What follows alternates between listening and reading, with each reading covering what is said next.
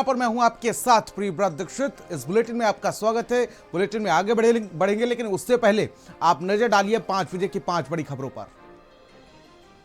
महाराष्ट्र के उप मुख्यमंत्री अजीत पवार का प्लेन क्रैश में निधन हो गया। बारामती जा रहे थे अजीत पवार और उसी दौरान प्लेन क्रैश हुआ, जिसमें निधन महाराष्ट्र के उप मुख्यमंत्री का हो गया। अजीत पवार के साथ साथ 5 अन्य लोग भी उस प्लेन में मौजूद थे। सुरक्षा कर्मी की बात करें, क्रू मेंबर्स की बात करते हैं, और वो प्लेन दुर्घटनाग्रस्त हो गया, जिसमें सभी 6 लोगों की जानें चली गई। सुबह 8:45 पर यह हादसा हुआ, जब बारामती में लैंडिंग की कोशिश विमान कर रहा था। उसी दौरान विमान सीधे खेत में जा गिरा और उसमें आग की लपटें भी देखने को मिली है। जो तस्वीरें, जो वीडियो लगातार सामने आ रहे हैं, धुआं देखने को मिला है और वहां पर तुरंत रेस्क्यू ऑपरेशन चलाया गया। लेकिन डीजीसीए का जो बयान सामने आया, उसमें ये कहा गया कि अजीत पवार के साथ साथ जो अन्य 5 लोग थे,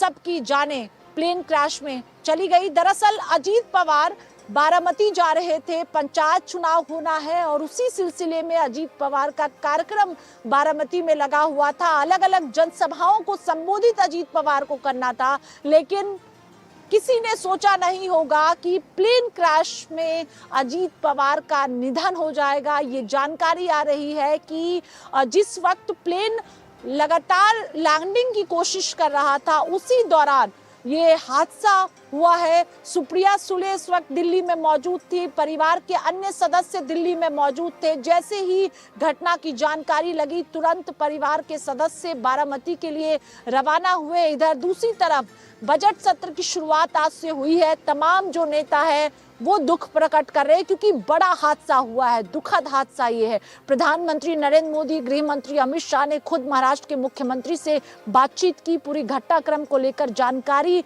ली गई। एक्स पर खुद प्रधानमंत्री नरेंद्र मोदी ने पोस्ट किया, जमीन से जुड़े हुए नेता अजीत पवार थे। ये प्रधानमंत्री नरेंद्र मोदी ने एक्स पोस्ट में कहा, दुखद घटना, कार्यकर्ताओं के आंसू लगातार देखने को तस्वीरों में मिल रहे हैं। परिवार जो है दुख में इस वक्त है और तमाम नेताओं की ओर से दुख प्रकट किया जा रहा है। बारामती में परिवार के तमाम सदस्य पहुंचे हुए हैं। बजट सत्र की शुरुआत राष्ट्रपति द्रौपदी मुर्मू के अभिभाषण से शुरू हुई। 1 फरवरी यानी रविवार को इस बार जो है बजट पेश होना है। इससे पहले राष्ट्रपति द्रौपदी मुर्मू ने दोनों सदनों को संबोधन में अपने कहा है, 2026 के साथ भारत इस सदी के दूसरे चरण में प्रवेश कर चुका है।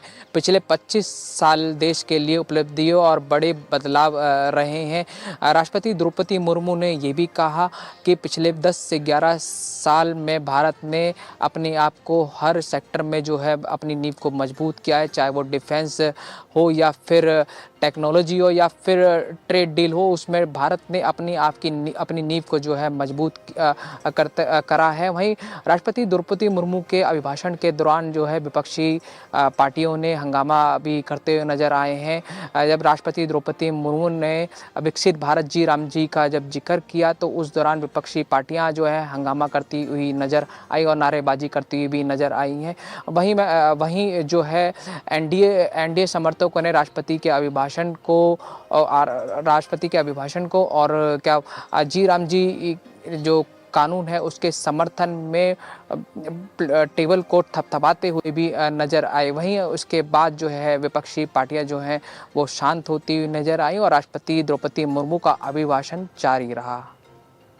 यूजीसी को लेकर पूरे देश और पूरे प्रदेश में हंगामा बरपा दिखाई दे रहा है। लगातार तमाम शिक्षक संस्थान से जुड़े छात्र इसको लेकर लामबंद हैं। सड़कों पे प्रदर्शन हो रहा है और ये मांग कर रहे हैं कि सरकार यूजीसी को वापस ले। भले ही सरकार में बैठे तमाम मंत्री इसको सही ठहरा रहे हों, लेकिन समूचा विपक्ष और तमाम संगठन इसके विरोध में सड़क पर दिखाई दे रहे हैं। अब बहरहाल देखना होगा कि जिस तरह से यूजीसी को लेकर लगातार विरोध के स्वर उठ रहे हैं, उसके बाद सरकार इस पर क्या एक्शन लेती है। क्या यूजीसी में कोई बदलाव किया जाता है या फिर अभी हंगामा और आगे बढ़ता दिखाई देगा। कप सिरप सिंडिकेट मामले में पुलिस लगातार एक्शन मूड में दिखाई दे रही है। पुलिस ने 3 आरोपियों को नेपाल बॉर्डर से गिरफ्तार किया है, जिसमें विकास सिंह नरवे, आकाश पाठक और अंकित श्रीवास्तव का नाम शामिल है। एसआईटी की विशेष टीम द्वारा इन तीनों को गिरफ्तार किया है। तीनों जो आरोपी हैं वो नेपाल भागने के फिराक में थे। पुलिस ने नेपाल बॉर्डर के पास से तीनों आरोपियों को दबोच लिया है और सबसे बड़ी बात यह है कि सरगना शुभम जायसवाल का जो राइट हैंड है विकास सिंह नरवे, वो भी इस गिरफ्तारी में शामिल है। विकास सिंह नरवे ने पुलिस की पूछताछ में बताया है कि सिंडिकेट के पैसे का जो लेन देन था उसका पूरा लेखा जोखा विकास सिंह नरवे रखता था। इसके अलावा नए लोगों को किस तरीके से सिंडिकेट में जोड़ा जाए, उनका एक्सपीरियंस सर्टिफिकेट कैसे बनाया जाए, इन सारी चीज़ों का जो लेखा जोखा था वो विकास सिंह नरवे रखता था। इसके साथ ही आकाश पाठक और जो अंकित श्रीवास्तव था वो भी इस पूरे गैंग में शामिल था। उनकी भी गिरफ्तारी पुलिस द्वारा किया गया है। बीते दिनों की अगर बात करें तो बीते दिनों सोनभद्र पुलिस ने बड़ी कार्रवाई करते हुए शुभम जायसवाल के 28 करोड़ से ज़्यादा की जो संपत्ति है उसे जब्त की थी। इसके साथ ही कमिश्नरेट पुलिस ने भी भोला प्रसाद और शुभम जायसवाल की जो 30 करोड़ से अधिक की संपत्ति थी उसे जब्त किया था। तो इस पूरे मामले में लगातार जो पुलिस की कार्रवाई है वो साफ तौर पर देखने को मिल रहा है। लेकिन इस पूरे मामले में जिस तरीके से पुलिस लगातार एक्शन मोड में दिखाई दे रही है, ये माना जा रहा है कि आने वाले दिनों में और भी बड़ी गिरफ्तारी की जा सकती है। वाराणसी से विनीत श्रीवास्तव, भारत समाचार। ज्योतिष पीठ के शंकराचार्य स्वामी अवमुक्तेश्वरानंद सरस्वती आज माघ मेले से विदा हो गए हैं। 11 दिनों तक अपने शिविर के बाहर वो पालकी पर बैठकर धरना दे रहे थे। दरअसल मौनी अमावस्या पर्व पर अपने अनुयायी और बटुकों के साथ वो संगम स्नान करने के लिए आए थे। यहाँ पर मेला प्रशासन ने पालकी के साथ उन्हें स्नान करने से मना कर दिया। इस दौरान उनके समर्थकों और बटुकों पुलिस प्रशासन के बीच झड़प हुई। आरोप ये भी था कि बटुकों के साथ पुलिस ने मारपीट किया है। इसके बाद वो नाराज होकर अपने शिविर के बाहर पालकी में धरने पर बैठ गए। हालांकि इस दौरान गौ सेवा संकल्प यात्रा वो लगातार यहाँ पर करते रहे। यहाँ पर जितने भी शिविर लगे थे वहाँ पर जाकर लोगों को गौ सेवा के लिए प्रेरित करते रहे। 11 दिनों तक वो अपने शिविर के बाहर धरना और प्रदर्शन दे रहे थे। इस दौरान माघ मेले में इस मुद्दे को लेकर राजनीतिक पार्टियां भी अपनी राजनीति की रोटी सेकना शुरू कर दी थी। कई राजनीतिक पार्टियों के लोग नेता यहां पर पहुंचे और अपना समर्थन दिए। इस दौरान मेला प्रशासन ने भी अपना पक्ष रखा था। हालांकि इस दौरान उनके शंकराचार्य होने पर भी तमाम तरह के विवाद भी खड़े रहे।